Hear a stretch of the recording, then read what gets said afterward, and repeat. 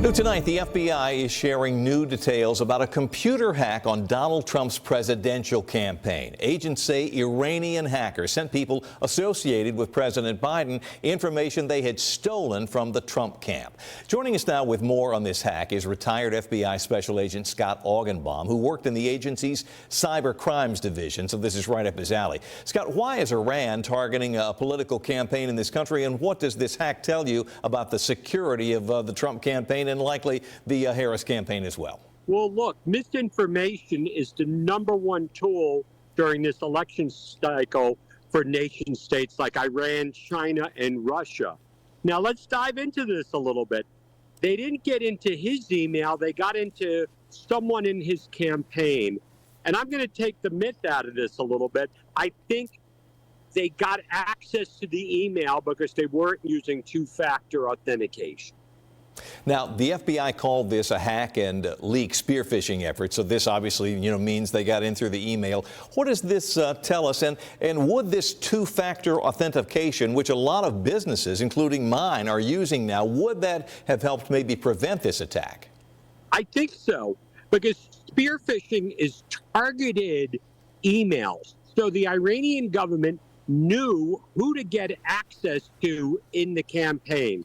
The campaign folks probably were not using a government email. They were probably using Gmail or Outlook, which are very, very safe and secure if they have the two-factor authentication set up. Somehow these threat actors got that information, got into the email, and they wanted to embarrass the Trump campaign by providing it to the Biden campaign.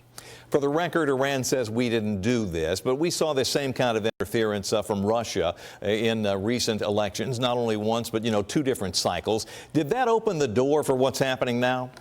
Well, listen, I know you might find this hard to believe. Nobody ever admits that they're hacking. And this is just what they've been doing. We've seen it being done by the Russians, the Chinese, the Iranians. And a lot of people are saying, how does this impact me? What happens if they get into your work email? What kind of sensitive information do you have? Could the cyber criminals use to disrupt your business or even embarrass you? Now, you haven't said it outright, but I gather what you are saying is that if you're not doing the party authentication, even in your own personal email, you're at risk and you should? Absolutely. It's that simple. I've been saying this for a decade. If you are listening to my voice and your email is not secured with two-factor authentication, the same thing that happened to the Trump campaign can happen to you, but it can easily be prevented.